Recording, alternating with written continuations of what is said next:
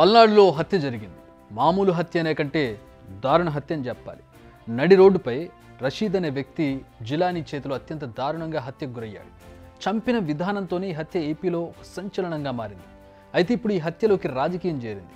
అది ఇప్పుడు మరింత ప్రకంపనలు రేపుతోంది. అదే జగన్ వినుకొండ పర్యటనకు కారణమైంది. అదే ఇప్పుడు వైసీపీ టీడీపీల మధ్య డైలాగ్ వార్కు ఆజ్యం పోసింది.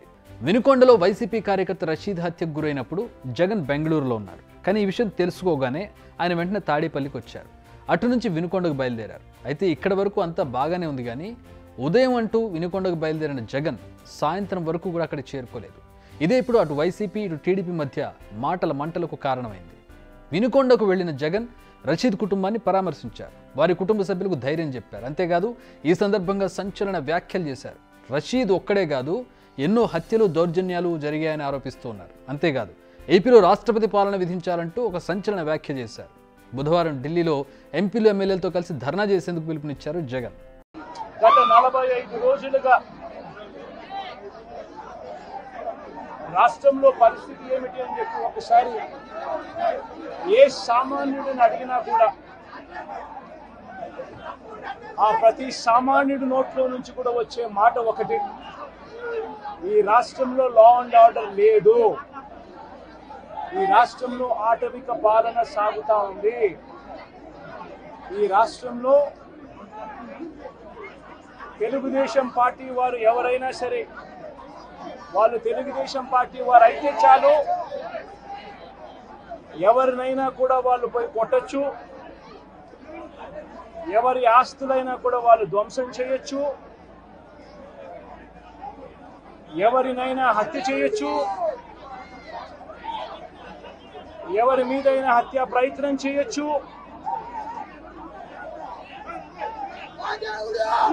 వాళ్ళు ఏమి చేసినా కూడా పోలీసులు ప్రేక్షక పాత్ర మాత్రమే పోషిస్తారు.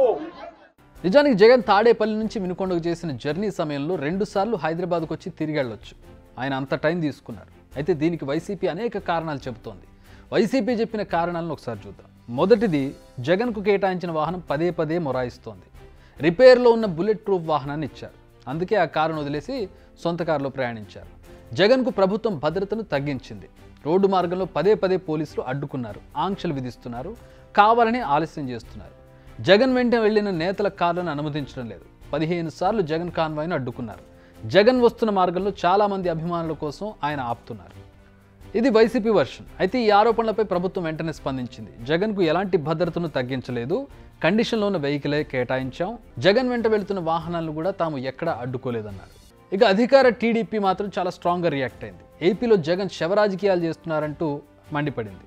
జగన్ తమ పార్టీ కార్యకర్త చనిపోతే పరామర్శించడం తప్పు కాదు, కానీ ఇలా వేల మందిని వెంటేసుకుని రావడం శాంతి భద్రతలను దెబ్బతీయడమే అన్నారు. అసలు జగన్కు రషీద్ కుటుంబంపై ఎలాంటి ప్రేమ అభిమానం లేదని, కావాలని ఈ ఇష్యూను పెద్దదిగా చేయాలని చూస్తున్నారంటూ మండిపడింది. అందుకే ఓదార్పు యాత్ర పేరుతో శవరాజకీయాలు చేయడానికి బయలుదేరారంటూ మండిపడింది. అంతేకాదు చంద్రబాబు, లోకేష్ను గతంలో పోలీసులతో ఎలా అడ్డుకున్నారో మర్చిపోయారంటూ రివర్స్ అటాక్ కూడా చేస్తోంది టీడీపీ. మొత్తానికి జగన్ పరామర్శ ఇప్పుడు ఏపీలో రాజకీయంగా రచ్చరేపుతోంది. ఒకరు కరెక్ట్ అని, మరొకరు తప్పని వాదోపవాదాలు చేసుకుంటున్నారు.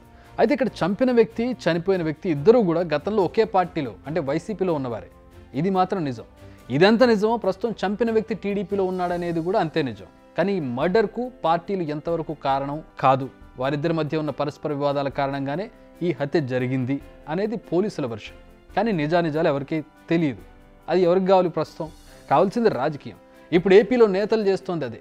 ఈ విషయంతో అయినా జనాల్లోకి రావాలనేది జగన్ ఆలోచన.